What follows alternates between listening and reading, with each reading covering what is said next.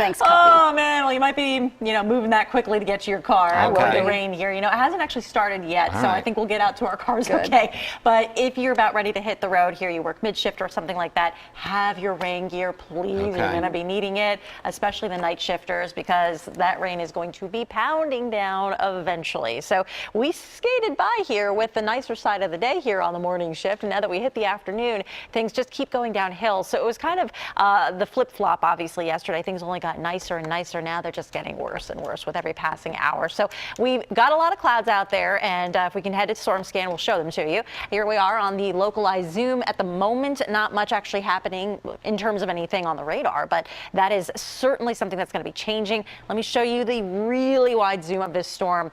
It is not what I'd call your classic mid-latitude cyclone, but it has all the parts of the puzzle. So we had the warm front yesterday. That helped the temperature to spike. Here's your core of circulation, and then here's your trailing cold front. This has been responsible for a lot of severe weather. So that's where the core of the severe weather is going to be located. I show you this flash flood watch again, however, because I want to throw some bullet points on this for you. So one more time to reiterate, everyone's included now. This gets underway at 2 p.m. for 1 to 2, locally up to 3, maybe inches of rain. That's going to be a localized issue, but 1 to 2 inches is the general swath. So you got to watch for roadway and poor drainage flooding as a result of this, and very soggy egg hunts if you had one planned for this evening. Take a look at the future rain amounts here.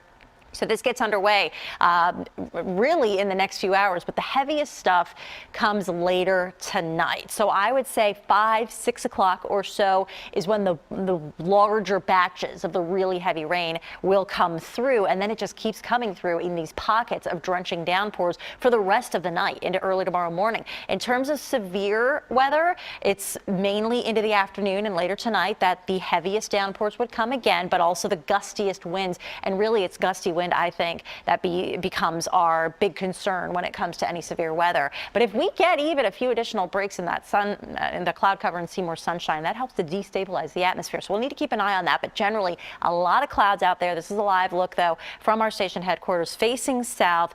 Just a gray sky, and you can even, if you look closely, see the clouds moving on through. The good news is, as we mentioned before the break, the weekend is what I've been calling salvageable here. If you have outdoor plans, I do think you can keep them. And while it might be a wet pitch for the Philadelphia Union game tomorrow, it will generally be dry from that point forward. Maybe there's a stray leftover shower, but a far cry from the kind of drenching downpours we've got to face here tonight. Now, Sunday for Easter holiday actually looks pretty good. I don't want to rule out a shower just yet. I always like to be careful with that.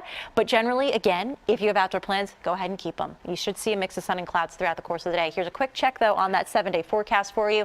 Beyond Sunday, it looks good. Monday and Tuesday, nice and warm days here, mid-upper 70s through that span. And it looks like we'll have some sunshine, generally speaking, maybe a shower on Monday. But all in all, that looks like some really nice weather coming up there. Looking forward to it. Thank you, Katie. You're welcome.